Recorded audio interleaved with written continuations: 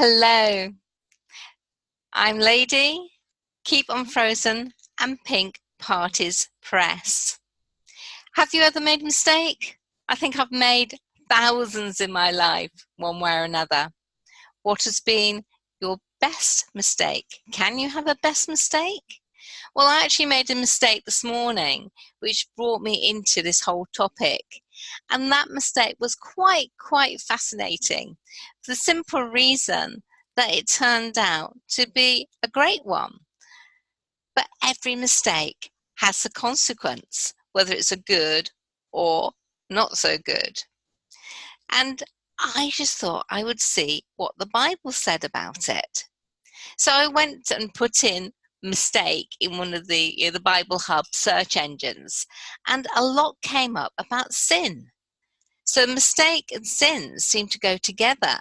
Now, we don't use sin in our vocabulary very much unless you're in the Christian circles. But actually, or if you're swearing, saying something is as sin, as a comparison. But what does it say about mistakes in the Bible? How many characters have made mistakes? And what did they learn from it?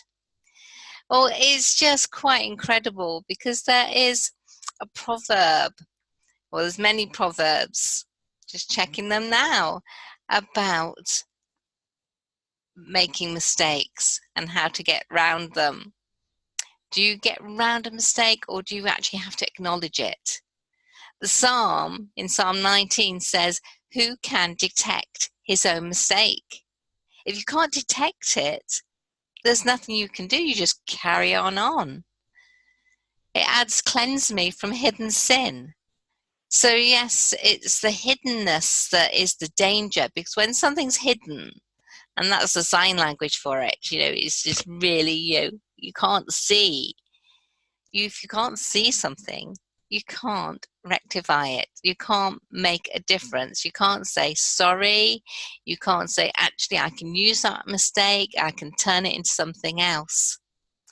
So are you wondering what my mistake was this morning? It was quite a simple one, really, though it has had a consequence, a happy consequence. The clue is in the picture today. You see the word start, and doing some writing about how to write a book. And in that, I wanted to say start today. So I had the word start, and I wanted to turn it into an acronym. So have the letters S-T-A-R-T, and then against them, a word for each one. And I put it into the computer, and it slanted it. It all went on the side, and I thought, whoa, what's happening? The computer's gone mad on me. And then I suddenly realized, actually, I like that better. So I shall be using that as like a picture. So I'm quite thrilled with that. So mistakes. You can make fatal ones, particularly if you don't go to the Lord and ask his advice, if you don't ask him what he wants to do in a situation. And you can be in the consequence of a mistake of somebody else.